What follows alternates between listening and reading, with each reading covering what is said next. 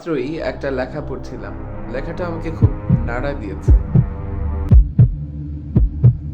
আর লেখাটা মনে হচ্ছিল যে এটার কুইন্টেসেন্ট্রাল যেটা, বিশুদ্ধ সারসংক্ষেপ যেটা, আমার মোটা দাগে সবার কাছে পৌঁছে দেওয়া দরকার, এবং I feel that necessity. Like, লেখাটার শিরোনাম হচ্ছে জুলাইয়ের অ্যাম্বুলেন্স।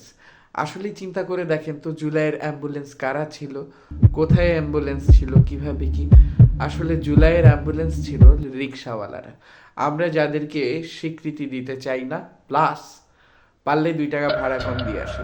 হ্যাঁ, তারা অযাচিত ভাড়া চাইটাই, ওই ইস্যুতে যাচ্ছি না। But believe me, that is indeed true যে জুলাইয়ের অন্যতম হিরোদের মধ্যে একেবারে উল্লেখ করার মতো হিরোরা ছিলেন রিক্সা চালকেরা, সাধারণ রিক্সা চালকেরা। এটা মাথায় রাখতে হবে। এবং চিন্তা করেন, যখন ওরকম একটা সিচুয়েশন, জাস্ট একবার চিন্তা করেন, নিজেকে গোলাগুলির মধ্যে রেখে, জীবন বাজি রেখে রিক্সাওয়ালারা রিক্সাটা ঘুরিয়ে আহতদের চিকিৎসা দেওয়ার জন্য নিয়ে গেছে। Like unbelievable. এইরকম চিত্র খুব কম দেখা গেছে।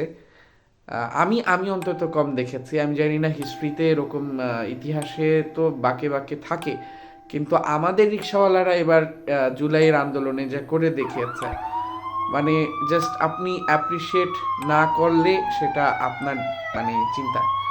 এটা আসলে সবাই অ্যাপ্রিসিয়েট করবে, অ্যাপ্রিসিয়েট না করার মতো কেউ নাই আসলে।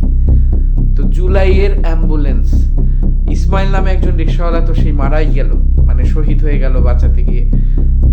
আমাদের আমরা চাই আর কখনো যেন এরকম রিক্সাওয়ালাদেরকে অ্যাম্বুলেন্স হয়ে না আসতে হয়, যাতে এরকম কোনো ঘটনা আর কখনো কোনো সময় না ঘটে বাংলাদেশে, এবং এই রিক্সা চালকেরা যেন একটা উন্নত জীবন পায়।